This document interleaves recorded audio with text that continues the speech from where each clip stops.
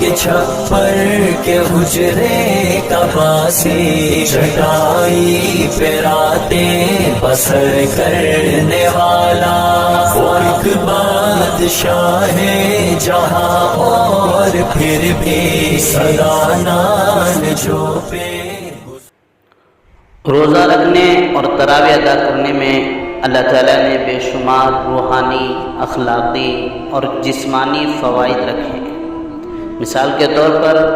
روزہ رکھنے کا ایک بڑا فائدہ یہ ہے کہ اس سے انسان کو روحانی ترقی نصیب ہوتی ہے۔ اصل میں روزے کا بنیادی مقصد ہی نفس کو بھوکا رکھنا ہے، تاکہ اس سے اس کی نفسانی اور جسمانی خواہشات کم ہوں اور اس کی جان اور روح کو تقویت ملے۔ اس لیے کہ جب انسان کا پیٹ بھرا ہوا ہوتا ہے تو وہ اپنی اوقات بھول جاتا ہے اور اللہ تعالیٰ کی عبادت سے غافل ہو جاتا ہے،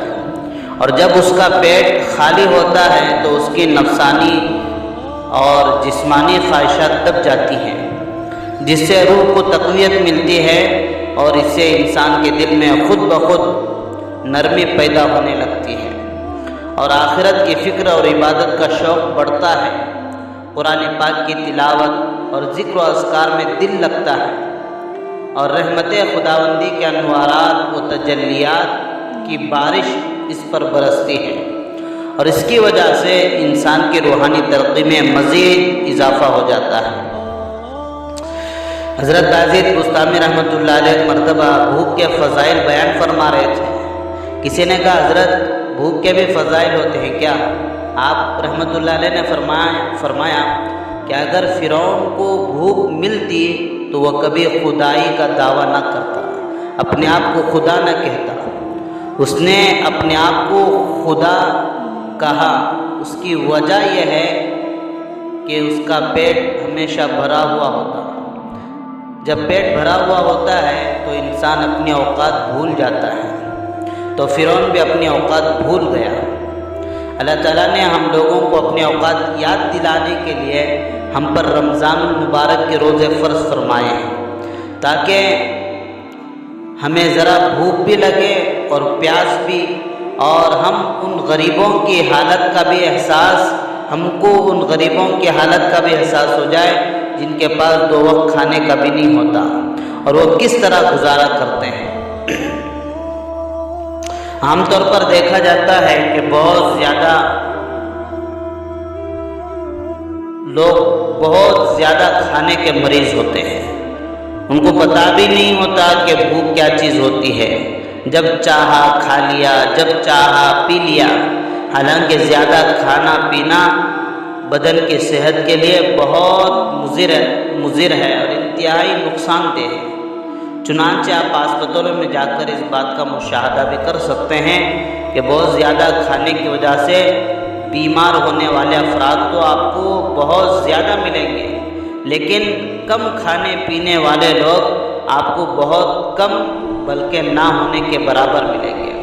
تو رمضان المبارک کے روزے فرض کر کے اللہ تعالیٰ نے چاہا کہ انسان کو بہت کھانے کے مرض سے دور کر کے اسے کم کھانے پینے کا عادی بنا دیا جائے۔ اسی طرح دوسری چیز تراویح ہے رمضان کی۔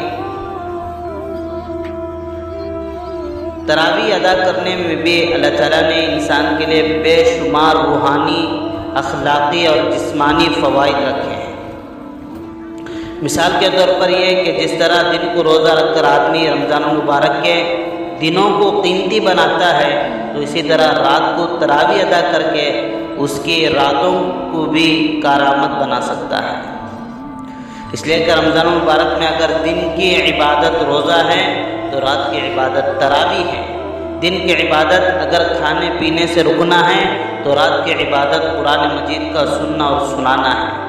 چنانچہ حضرت عبداللہ ابن عمر رضی اللہ عنہما سے روایت ہے کہ رسول اللہ صلی اللہ علیہ وسلم نے ارشاد فرمایا کہ روزہ اور قرآن شریف دونوں بندے کے لیے شفاعت کرتے ہیں۔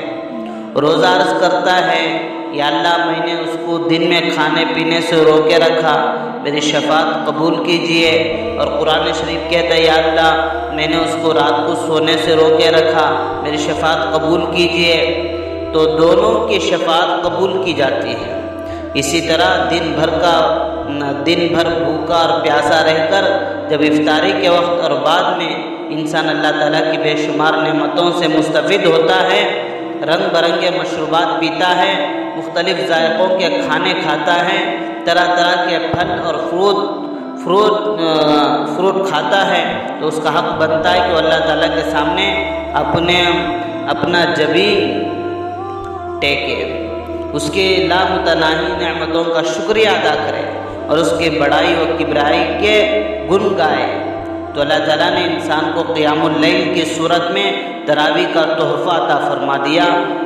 کہ دن بھر کا تھکا ماندہ، بھوک اور پیاس کا مارا ہوا بندہ مومن اپنے حقیقی خالق کے دربار میں حاضر ہو اور ایک مخصوص قسم کے طویل وقت تک ایک مخصوص قسم کے مختصر یا طویل وقت تک قرآن مجید کے سننے یا سنانے کی صورت میں اپنے پروردگار سے ملاقات کرے، اس سے راز و نیاز کرے، اس کے سامنے سر بسجود ہو کر اس کی نعمتوں کا تہ دل سے شکریہ ادا کرے اور اس کے سامنے اپنی عاجزی اور انکساری کا مظاہرہ کرے۔ اس کے علاوہ تراویح ادا کرنے کا ایک جسمانی فائدہ یہ بھی ہے کہ جب آدمی دن بھر بھوکا پیاسا اور خالی پیٹ رہتا ہے تو شام کو خوب پیٹ بھر کر افطار کرتا ہے، کھاتا بھی خوب ہے، پیتا بھی خوب ہے، جس کی وجہ سے اس کے بدن کا شوگر لیول ایک دم سے ہائی ہو جاتا ہے اور اس سے آدمی کو گھبراہٹ اور بے سکونی سی محسوس ہونے لگتی ہے۔ تو اللہ تعالیٰ نے رمضان المبارک میں 20 رکعت نماز تراویح کو آدمی کے لیے مسنون قرار دیا ہے